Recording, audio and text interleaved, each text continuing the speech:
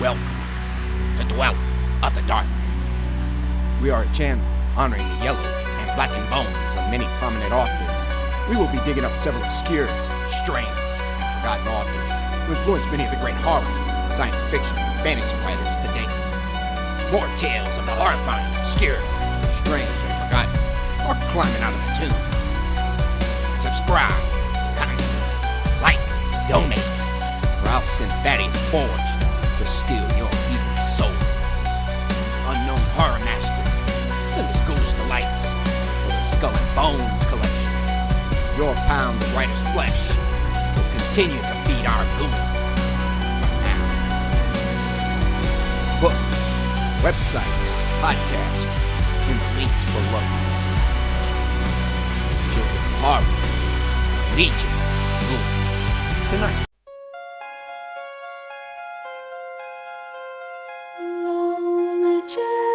Lost in deep, ominous dark sea calls me weak.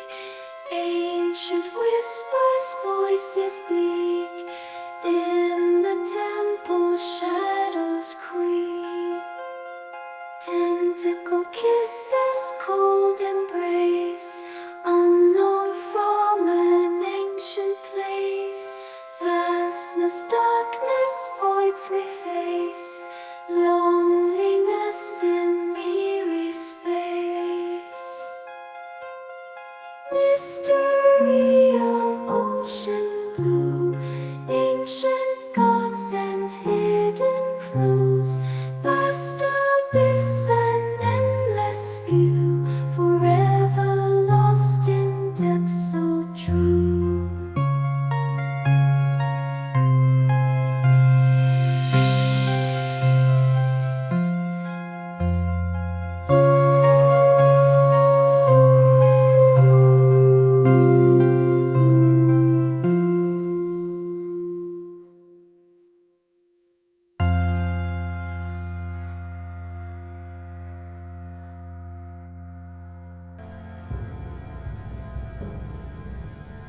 The Temple by H.P. Lovecraft.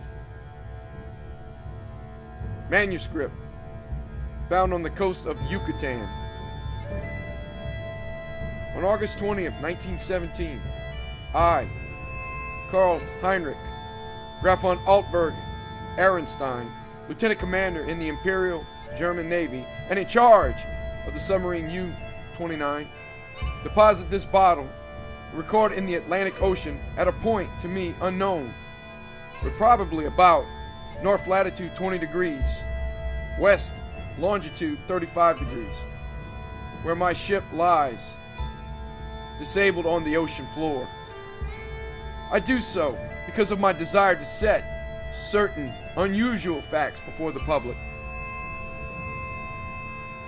A thing I shall not, in all probability, survive to accomplish in person, since the circumstances surrounding me are as menacing as they are extraordinary, and involve not only the hopeless crippling of the U-29, but the impairment of my iron German will in a manner most disastrous. On the afternoon of June 18th, as reported by wireless to the U-61, bound for Kiel, we torpedoed the British freighter Victory, New York to Liverpool, in north latitude 45 degrees 16 minutes, west longitude 28 degrees 34 minutes, permitting the crew to leave in boats in order to obtain a good cinema view for the Admiralty records. The ship sank quite picturesquely bow first, the stern rising high out of the water whilst the hull shot down perpendicularly to the bottom of the sea. Our camera missed nothing, and I regret that so fine a reel of film should never reach Berlin. After that, we sank the lifeboats with our guns and submerged. When we rose to the surface, about sunset, a seaman's body was found on the deck, hands gripping the railing in curious fashion. The poor fellow was young, rather dark, and very handsome, probably an Italian or Greek, and undoubtedly of the Victory's crew. He had evidently sought refuge on the very ship which had been forced to destroy his own. One more victim of the unjust war of aggression which the English pig dogs are waging upon the fatherland. Our men searched for him, for souvenirs found in his coat pocket, a very bit out of ivory carved to represent a youth's head crowned with laurel. My fellow officer, Lieutenant Clens, believed that the thing was of great age and artistic value, so took it from the men for himself. How it had ever come into the possession of a common sailor, neither he nor I could imagine. As the dead man was thrown overboard, there occurred two incidents which created much disturbance among the crew. The fellow's eyes had been closed, but in the dragging of his body to the rail, they were jarred open, and many seemed to entertain queer delusion that they gazed steadily and mockingly at Schmidt and Zimmer, who were bent over the corpse. The boatswain Mueller, an elderly man who would have known better had he not been a superstitious Alsatian swine, became so excited by this impression that he watched the body in the water and swore that after it sank a little, it drew its limbs into a swimming position and sped away to the south under the waves. Clens and I did not like these displays of peasant ignorance and severely reprimanded the men, particularly Mueller. The next day, a very troublesome situation was created by the indisposition of some of the crew. They were evidently suffering from the nervous strain of our long voyage and had had bad dreams. Several seemed quite dazed and stupid, and after satisfying myself that they were not feigning their weakness, I excused them from their duties. The sea was rather rough, so we descended to a depth where the waves were less troublesome. Here, we were comparatively calm, despite a somewhat puzzling southward current, which we could not identify from our oceanographic charts. The moans of the sick men were decidedly annoying, but since they did not appear to demoralize the rest of the crew, we did not resort to extreme measures. It was our plan to remain where we were and intercept the liner Dacia, mentioned in information from agents in New York. In the early evening, we rose to the surface and found the sea less heavy. The smoke of a battleship was on the northern horizon, but our distance and ability to submerge made us safe. What worried us more was the talk of boatswain Mueller, which grew wilder as night came on. He was in a detestably childish state and babbled of some illusion of dead bodies drifting past the undersea portals, bodies which looked at him intensely and which he recognized in spite of bloating as having seen dying during some of our victorious German exploits. And he said that the young man we had found and tossed overboard was their leader. This was very gruesome and abnormal, so we confined Mueller in irons and had him soundly whipped. The men were not pleased at his punishment, but discipline was necessary. We also denied the request of a delegation headed by Seaman Zimmer that the curious carved ivory head be cast into the sea. On June 20th, Seaman Bond and Schmidt, who had been ill the day before, became violently insane. I regretted that no physician was included in our complement of officers, since German lives are precious, but the constant ravings of the two concerning a terrible curse were most subversive of discipline, so drastic steps were taken. The crew accepted the event in a sullen fashion, but it seemed to quiet Mueller, who thereafter gave us no trouble. In the evening, we released him, and he went about his duties silently. In the week that followed, we were all very nervous, watching for the Dacia. The tension was aggravated by the disappearance of Mueller and Zimmer, who undoubtedly committed suicide as a result of the fears which had seemed to harass them, though they were not observed in the act of jumping overboard. I was rather glad to be rid of Mueller, for even his silence had unfavorably affected the crew. Everyone seemed inclined to be silent now, as though holding a secret fear. Many were ill, but none made a disturbance. Lieutenant Clinton chafed under the strain and was annoyed by the merest trifles, such as the school of dolphins, which gathered about the U-29 in increasing numbers, and the growing intensity of that southward current, which was not on our chart. It at length became apparent that we had missed the Dacia altogether. Such failures are not uncommon, and we were more pleased than disappointed, since our return to Wilshaven was now in order. At noon, June 28, we turned northeastward, and despite some rather comical entanglements with the unusual masses of dolphins, were soon underway.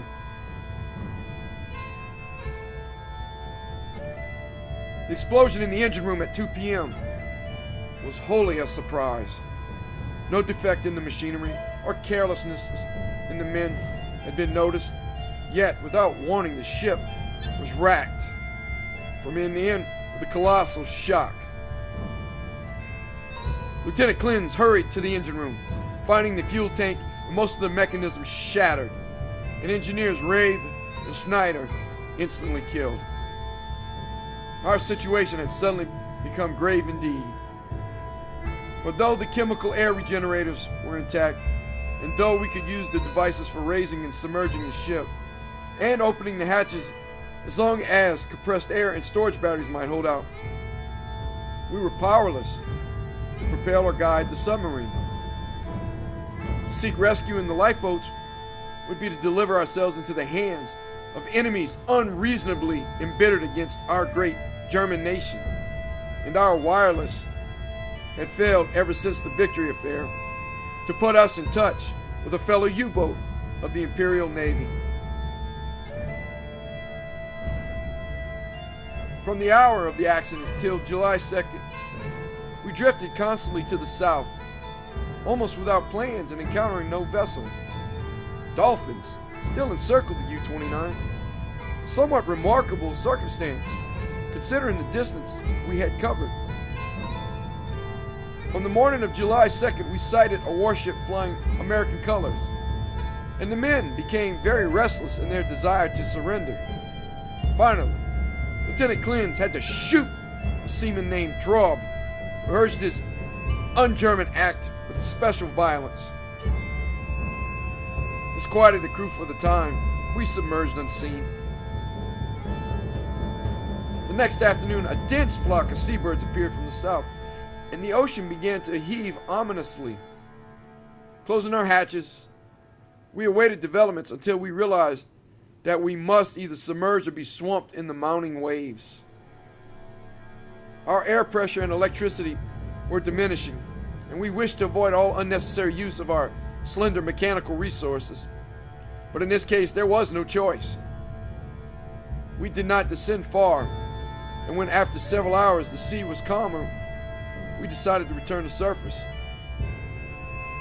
Here, however, a new trouble developed, for the ship failed to respond to our direction in spite of all the mechanics could do. As the men grew more frightened at the undersea imprisonment, some of them began to mutter again about Lieutenant Clins's ivory image, but the sight of an automatic pistol calmed them. We kept the poor devils as busy as we could, tinkering at the machinery, even when we knew it was useless. Clins and I usually slept at different times. It was during my sleep about 5 a.m., July 4th, that the general mutiny broke loose.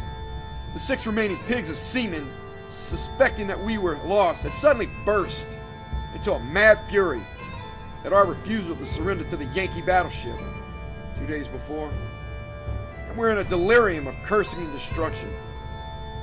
They roared like the animals they were and broke instruments and furniture indiscriminately, screaming about such nonsense as the curse of the ivory image and the dark, dead youth who looked at them and swam away. Lieutenant Clint seemed paralyzed and inefficient, as one might expect of a soft, womanish Rhinelander. I shot off 6 men before it was necessary and made sure that none remained alive.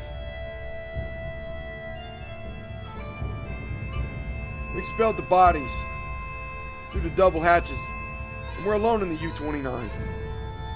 Clint seemed very nervous and he drank heavily. It was decided that we remain alive as long as possible, using the large stock of provisions and chemical supply of oxygen, none of which had suffered from the crazy antics of those swinehound seamen.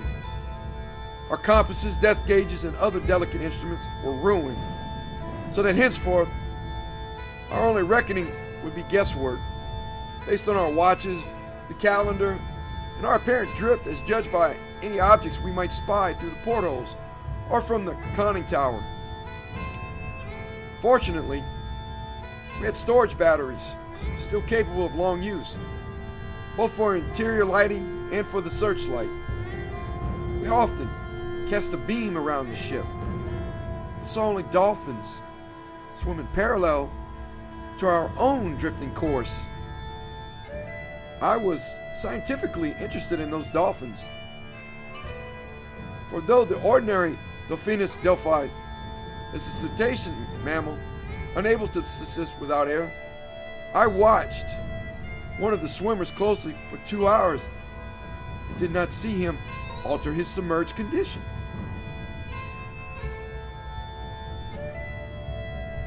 With the passage of time, Clint and I decided that we were still drifting south, meanwhile sinking deeper and deeper. We noted the marine fauna and flora and read much on the subject in the books I had carried with me in spare moments. I could not help observing, however, the inferior scientific knowledge of my companion. His mind was not Prussian, but given to imaginings and speculations which have no value. The fact of our coming death affected him curiously, and he would frequently pray in remorse over the men, women, and children we had sent to the bottom, forgetting that all things are noble which serve the German state. After a time, he became noticeably unbalanced, gazing for hours at his ivory image and weaving fanciful stories of the lost and forgotten things under the sea. Sometimes, as a psychological experiment, I would lead him on in these wanderings and listen to his endless poetical quotations and tales of sunken ships. I was very sorry for him, for I disliked to see a German suffer. But he was not a good man to die with.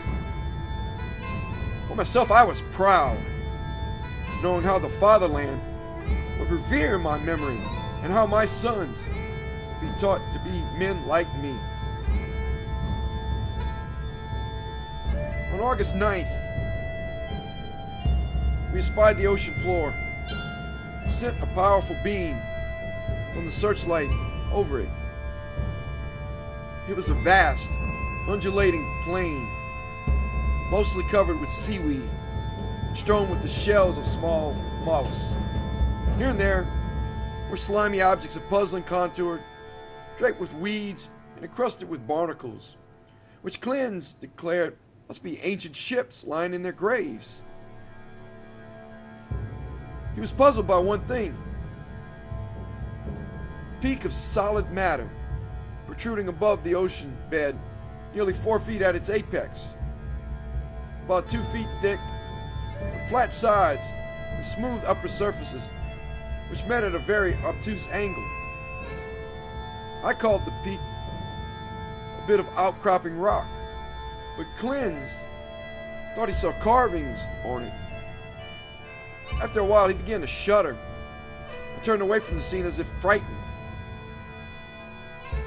yet could give no explanation save that he was overcome with the vastness, darkness, remoteness, antiquity, and mystery of the oceanic abysses. His mind was tired, but I am always a German and was quick to notice two things: that the U-29 was standing the deep sea pressure splendidly, and that the peculiar dolphins were still about us, even at a depth where the existence of high organisms is considered impossible by most naturalists. That I had previously overestimated our depth, I was sure, but nonetheless, we must still be deep enough to make these phenomena remarkable. Our southward speed, as gauged by the ocean floor, was about as I had estimated from the organisms passed at higher levels. It was 3:15 p.m., August 12th, that poor Cleanse went wholly mad. He had been in the conning tower using the searchlight when I saw him bound into the library compartment, where I sat reading, and his face at once betrayed him. I will repeat here what he said, underlining the word he emphasized. "He is calling! He is calling! I hear him! We must go!" As he spoke, he took his ivory image from the table, pocketed it, and seized my arm in an effort to drag me up the companionway to the deck. In a moment, I understood that he meant to open the hatch and plunge with me into the water outside, a vagary of suicidal and homicidal mania for which I was scarcely prepared. As I hung back and attempted to soothe him, he grew more violent, saying, "Come now, do not wait until later. It is better to repent and be forgiven than to defy and be condemned." And I tried the opposite of the soothing plan and told him he was mad, pitifully demented. But he was unmoved and cried, "If I am mad, it is mercy. May the gods pity the man who, in his callousness, can remain sane to the hideous end. Come and be mad whilst he still calls with mercy." This outburst seemed to relieve a pressure in his brain, for as he finished, he grew much milder, asking me to let him depart alone if I would not accompany him. My course at once became clear. He was a German, not only a Rhinelander and a commoner, and he was now a potentially dangerous madman. By complying with his suicidal request, I could immediately free myself from one who was no longer a companion but a menace. I asked him to give me the ivory image before he went, but this request brought from him such uncanny laughter that I did not repeat it, and I asked him if he wished to leave any keepsake or lock of hair for his family in Germany, in case I should be rescued. But again he gave me that strange laugh. So, as he climbed the ladder, I went to the levers, and allowing proper time intervals, operated the machinery, which sent him to his death. After I saw that he was no longer in the boat, I threw the searchlight around the water in an effort to obtain a last glimpse of him, since I wished to ascertain whether the water pressure would flatten him, as it theoretically should, or whether the body would be unaffected like those extraordinary dolphins. I did not, however, succeed in finding my late companion, for the dolphins were massed thickly and obscuringly about the conning tower. That evening I regretted that I had not taken the ivory image surreptitiously from poor Cleanse's pocket as he left, for the memory of it fascinated me. I could not forget the youthful, beautiful head with its leafy crown.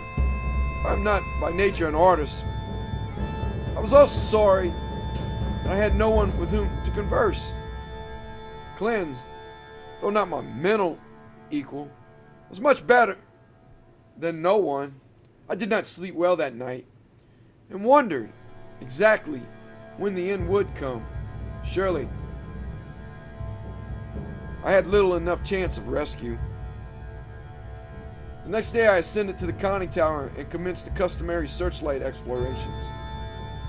Northward, the view was much the same as it had been all the 4 days since we had sighted the bottom, but I perceived that the drifting of the U-29 was less rapid. As I swung the beam around to the south, I noticed that the ocean floor ahead fell away in a marked declivity and bore, curiously, regular blocks of stone in certain places, disposed as if in accordance with definite patterns. The boat did not at once descend to match the greater ocean depth, so I was soon forced to adjust the searchlight to cast a sharply downward beam. Owing to the abruptness of the change, a wire was disconnected, which necessitated a delay of many minutes for repairs. But at length the light streamed on again, flooding the marine valley below me.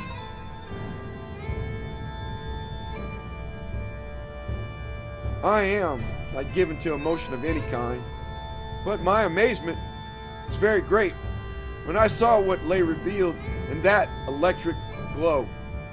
And yet, as one reared in the best culture of Prussia, I should not have been amazed, for geology and tradition alike tell us of great transpositions in oceanic and continental areas. What I saw was an extended and elaborate array of ruined edifices, all of magnificent, though unclassified architecture, and in various stages of preservation. Most appeared to be of marble, gleaming whitely in the rays of the searchlight, and the general plan was of a large city at the bottom of a narrow valley, with numerous isolated temples and villas on the steep slopes above. Roofs were fallen and columns were broken, but there still remained an air of immorality against splendor which nothing could efface.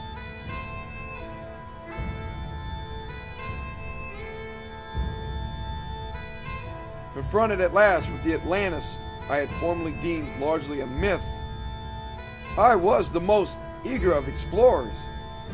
At the bottom of that valley a river once had flowed, for as I examined the scene more closely, I beheld the remains of stone and marble bridges and sea walls and terraces and embankments, once verdant and beautiful.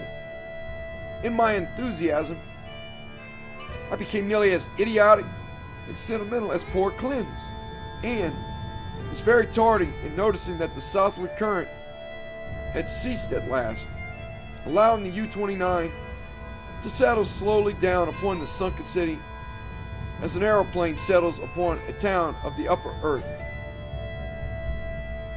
I was slow, too, in realizing that the school of unusual dolphins had vanished.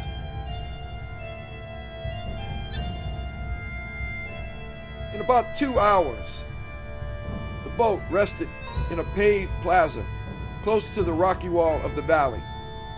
On one side, I could see the view of this entire city as it sloped from the plaza down to the old riverbank.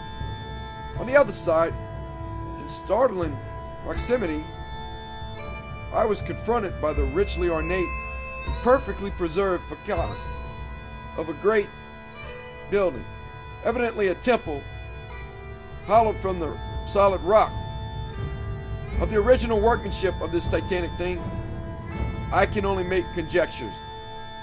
The facade of immense magnitude apparently covers a continuous hollow recess, for its windows are many and widely distributed.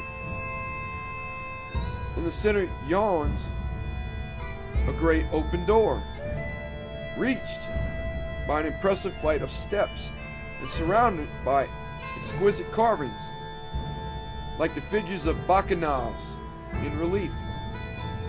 Foremost of all are the great columns and friezes, both decorated with sculptures of inexpressible beauty, obviously portraying idealized pastoral scenes and processions of priests and priestesses, bearing strange ceremonial devices in adoration of a radiant god. The art is of the most phenomenal perfection, largely Hellenic in idea, yet strangely individual. It imparts an impression of terrible antiquity, as though it were the modus rather than the immediate ancestor of Greek art. Nor can I doubt that every detail of this massive product was fashioned from the virgin hillside rock of our planet. It is palpably a part of the valley wall, though how the vast interior was ever excavated I cannot imagine. Perhaps a cavern or a series of caverns furnished the nucleus. Neither age nor submersion had corroded the pristine grandeur of this awful fane. For fane indeed it must be, and today, after thousands of years, it rests untarnished and inviolate in the endless night and silence of an ocean chasm.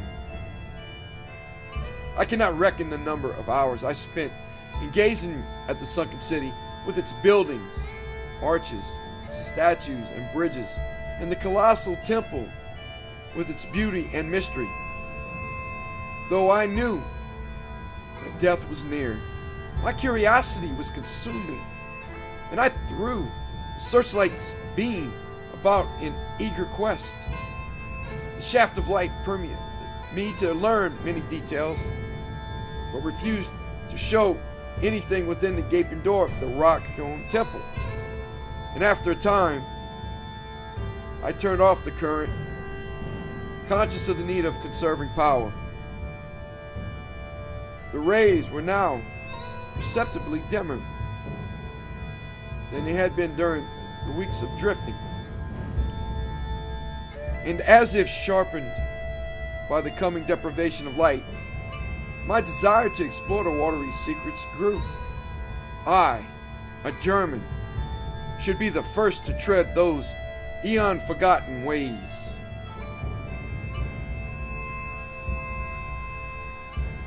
I produced and examined a deep-sea diving suit of joined metal and experimented with the portable light and air generator. Though I should have trouble in managing the double hatches alone, I believed I could overcome all obstacles with my scientific skill and actually walk about the dead city in person. On August 16th, I effected an exit from the U-29 and laboriously made my way through the ruined and mud-choked streets to the ancient river.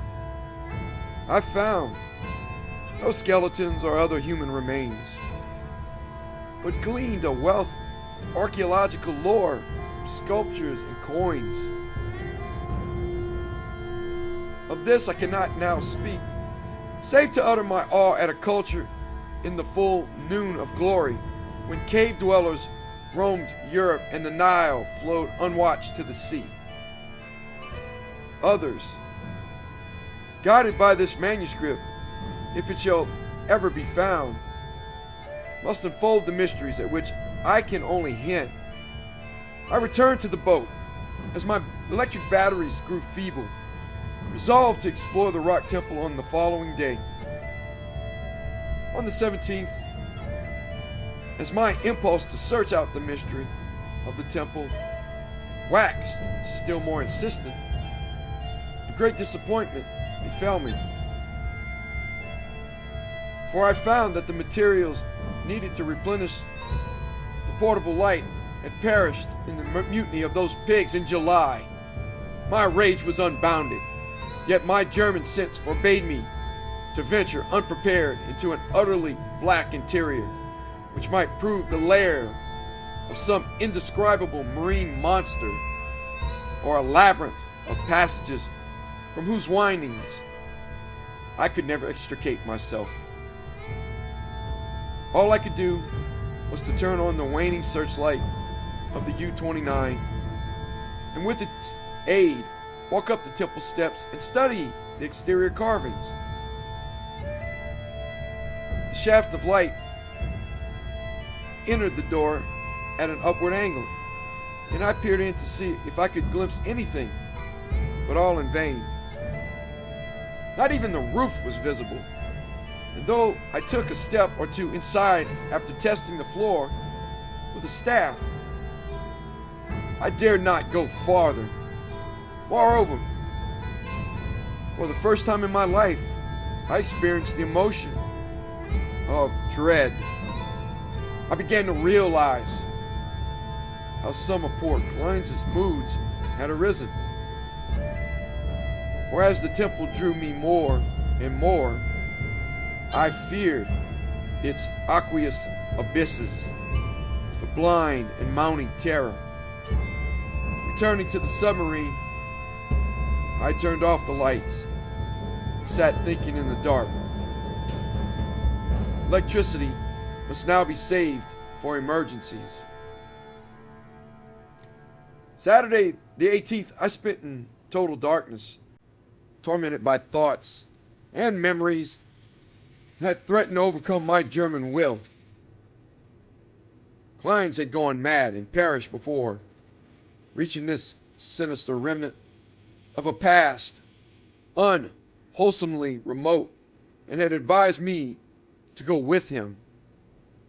Was indeed fate preserving my reason only to draw me irresistibly to an end more horrible and unthinkable than any man has dreamed of? Clearly, my nerves were sorely taxed, and I must cast off these impressions of weaker men. I could not sleep Saturday night, and turned on the lights regardless of the future. It was annoying that the electricity should not last out the air and provisions. I revived my thoughts of euthanasia and examined my automatic pistol. Toward morning, I must have dropped to sleep with the lights on, for I awoke in darkness yesterday afternoon to find the batteries dead. I struck several matches in succession and desperately regretted the improvidence which had caused us long ago to use up the few candles we carried.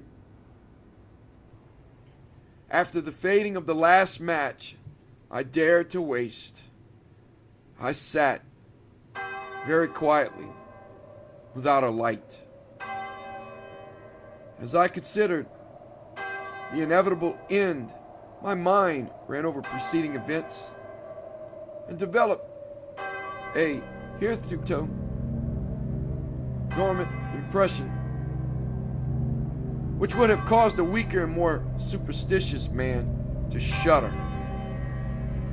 The head of the radiant god in the sculptures on the rock temple is the same as that carven bit of ivory which the dead sailor brought from the sea and which poor Klein's carried back into the sea. I was a little dazed by this coincidence, but did not become terrified. It is only the inferior thinker who hastens to explain the singular and the complex by the primitive shortcut of supernaturalism.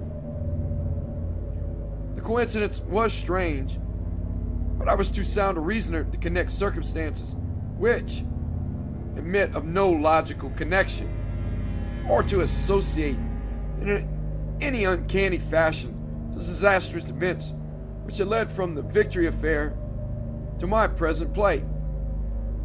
Feeling the need of more rest, I took a sedative and secured some more sleep.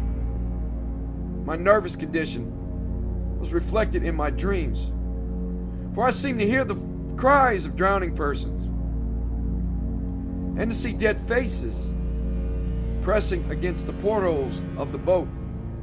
And among the dead faces was the living, mocking face of the youth with the ivory image.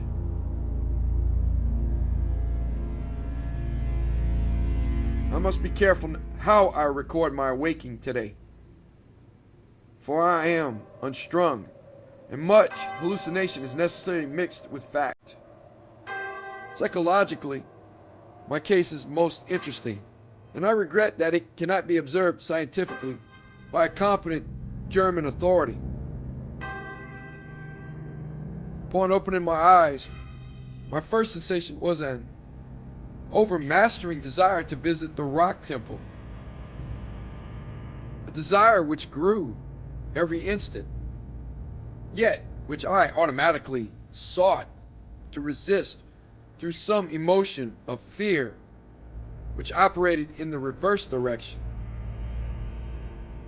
Next, there came to me the impression of light amidst the darkness of dead batteries,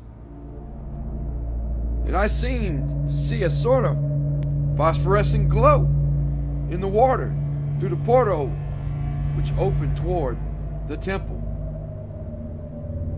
This aroused my curiosity, for I knew of no deep-sea organism capable of emitting such luminosity.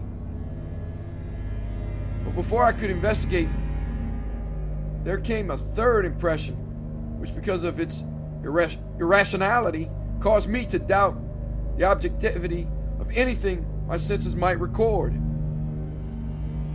It was an aural delusion, a sensation of rhythmic, melodic sound, as of some wild yet beautiful chant or choral hymn, coming from the outside through the absolutely soundproof hull of the U-29.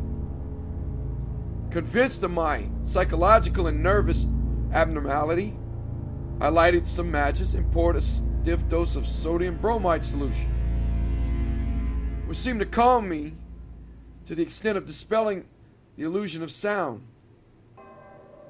But the phosphorescence remained, and I had difficulty in repressing a childish impulse to go to the porthole and seek its source. It was horribly realistic, and I could soon distinguish by its aid the familiar objects around me, as well as the empty sodium bromide glass, of which I had had no former visual impression in its present location. The last circumstance made me ponder, and I crossed the room and touched the glass. It was indeed in the place where I had seemed to see it. Now I knew that the light was either real or part of an hallucination so fixed and consistent that I could not hope to dispel it. So, abandoning all resistance, I ascended to the conning tower to look for the luminous agency. Might it not actually be another U-boat offering possibilities of rescue?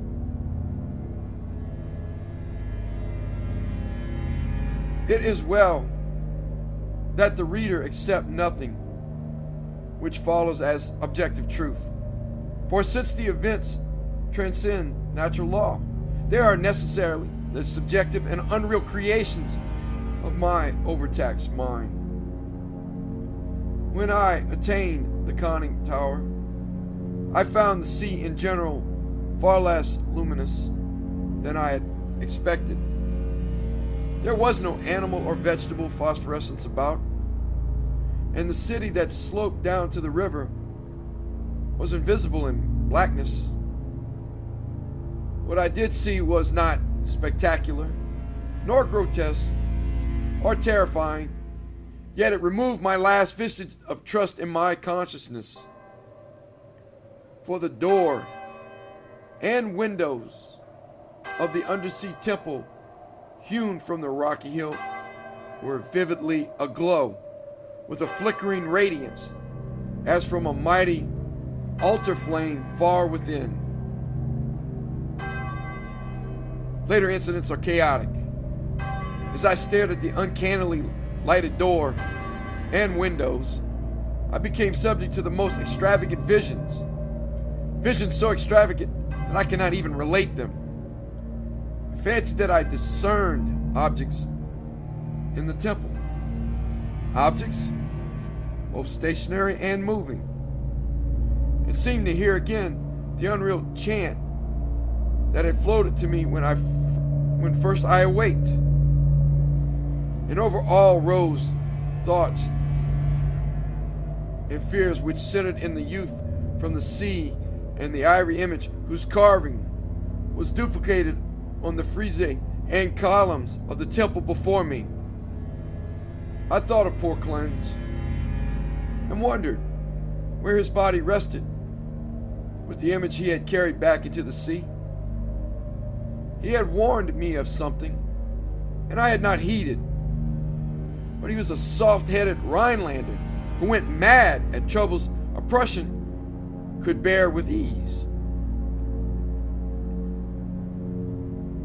The rest is very simple. My impulse to visit and enter the temple has now become an inexplicable and imperious command which ultimately cannot be denied. My own German will no longer controls my acts, and volition is henceforward possible only in minor matters. Such madness it was which drove Cleanse to his death, bareheaded and unprotected in the ocean. But I am a Prussian and a man of sense, and will use to the last what little will I have. When first I saw that I must go, I prepared my diving suit, helmet, and air regenerator, instant donning, and immediately commenced to write this hurried chronicle in the hope that it may someday reach the world. I shall seal the manuscript in a bottle and entrust it to the sea as I leave the U-29 forever.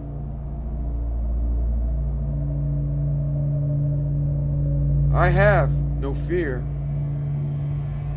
not even from the prophecies of the madman Cleanse. What I have seen cannot be true, and I know that this madness of my own will at most lead only to suffocation when my air is gone. The light in the temple is a sheer delusion, and I shall die calmly, like a German, in the black and forgotten depths. This demoniac laughter, which I hear as I write, comes only from my own weakening brain. So, I will carefully don my diving suit and walk boldly up the steps into that primal shrine, that silent secret of unfathomed waters and uncounted years.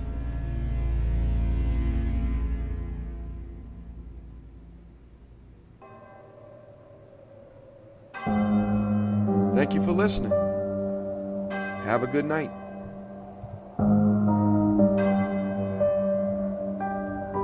Alone I journeyed lost and deep.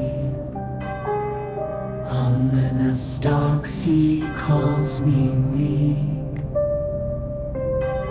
Ancient whispers voices speak.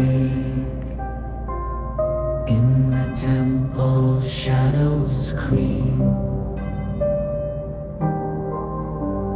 Tentacled kisses golden rays.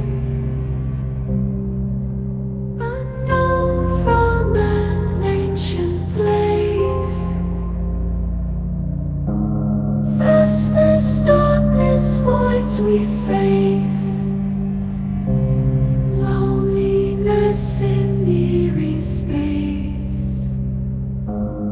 Mystery of ocean blue. Ancient gods and hidden clues. Vast abyss and endless view. Forever lost in depths so true.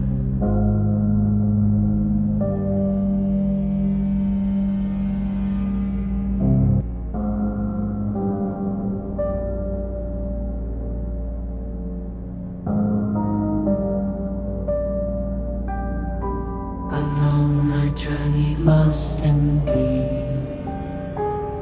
Ominous dark sea calls me weak. Ancient whispers, voices speak. In the temple, shadows creep. Tentacled kisses, golden rays, unknown from an ancient place. Vastness, darkness, voids we face. Loneliness in eerie space. Mystery of ocean blue. Ancient gods and hidden clues. Vast abyss and endless view. Forever lost in depths of